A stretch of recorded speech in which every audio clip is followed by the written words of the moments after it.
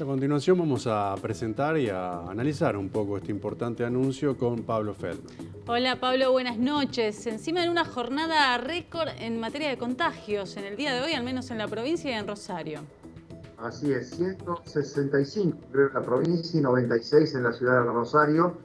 Es un marco realmente preocupante, pero digamos también para que esa preocupación no se transforme en alarma, que es agregarle a la alerta el susto o el miedo, que el tema de la evolución junto con otros parámetros que se toman como la velocidad de multiplicación de casos o las camas críticas que están ocupadas, nos dan la perspectiva de tener un desarrollo de aquí en adelante controlado de la pandemia en la ciudad de Rosario y en la provincia de Santa Fe.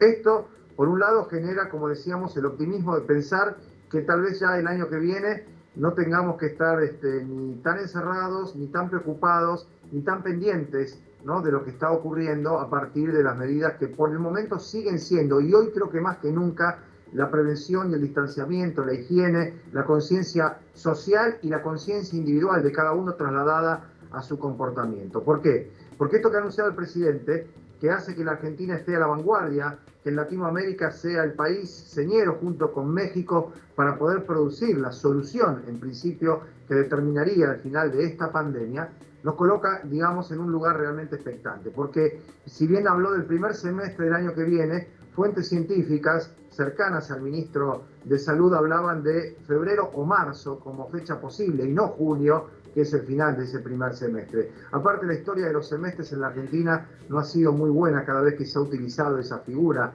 o ese lapso. Ahora, hay que decir también que el costo va a ser absolutamente accesible, que la Argentina va a tener varios millones de dosis para aplicar como corresponde, primero a los factores o a las personas de riesgo, a la gente de mayor edad y fundamentalmente a los trabajadores del área de salud, que dicho sea de paso van a empezar a ser testeados ya esta semana en la ciudad de Rosario y en la provincia con el test serológico.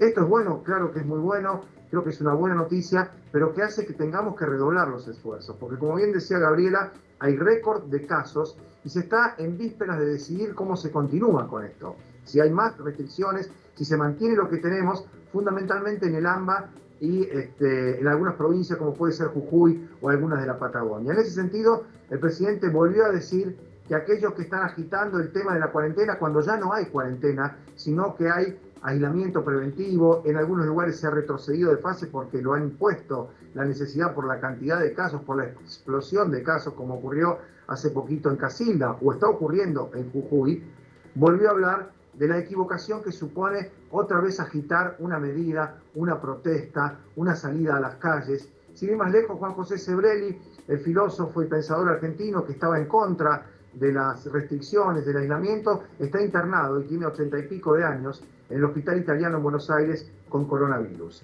Digo esto porque los que tienen más chance de recuperarse son los más jóvenes. Por lo tanto, lo que hay que hacer es no salir ni siquiera los jóvenes, porque después visitan a su abuelo o su papá ya ha entrado en años y lo ponen en peligro. Por eso creo que es importante que tengamos presente todo esto y a la hora de establecerse las medidas de distanciamiento o de prevención, pensar. Aquí hay un empresario que se llama Hugo Sigman, nada que ver con Guillermo, es un hombre un poco más pudiente que nuestro compañero. Es el que va a desarrollar la vacuna y es un empresario que además tiene una decidida actitud de apoyo al gobierno de Alberto Fernández desde antes de conocerse el resultado electoral. Es un empresario nacional, es un hombre de vanguardia a nivel internacional y junto con México, la Argentina va a producir, luego México finalmente va a envasar y a distribuir la vacuna para todos los países latinoamericanos. Para llegar de la mejor manera posible a eso hay que seguir con las restricciones. Digo porque se navega a dos aguas. Horacio Rodríguez Larreta en la ciudad de Buenos Aires contrapone libertad, supuestamente, desarrollo económico, florecimiento, con las medidas que desde provincia de Buenos Aires Axel Kicillof prudentemente insiste en su aplicación.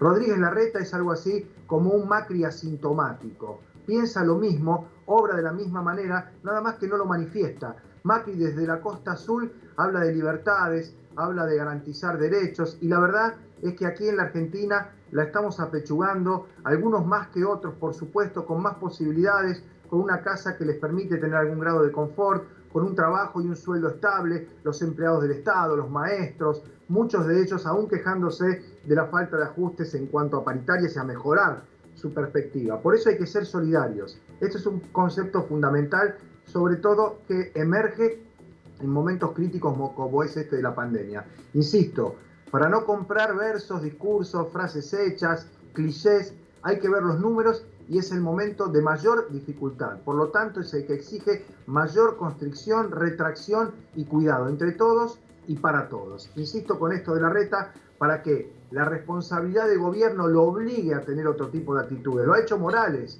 que es el carcelero de Milagro Sala. Ha dicho que Fernández lo llama 2 veces o 3 veces por día, Alberto, y que Macri hace 2 meses o 3 que no aparece. Bueno, ahora también se está evidenciando la diferencia que hay. Por eso decía lo de Larreta como un Macri asintomático, porque Larreta sigue pensando lo que pensaba antes, nada más que el imperio de las circunstancias lo obliga a tener por lo menos algún grado de recato. Sigamos escuchando a los científicos, sigamos escuchando a los médicos, sigamos cuidándonos y tratemos de llegar todos al día de la vacuna, por el que falta poco, pero que todavía hay que atravesar un largo trecho. Pablo, muchas gracias. Un gusto, como siempre. Buenas noches.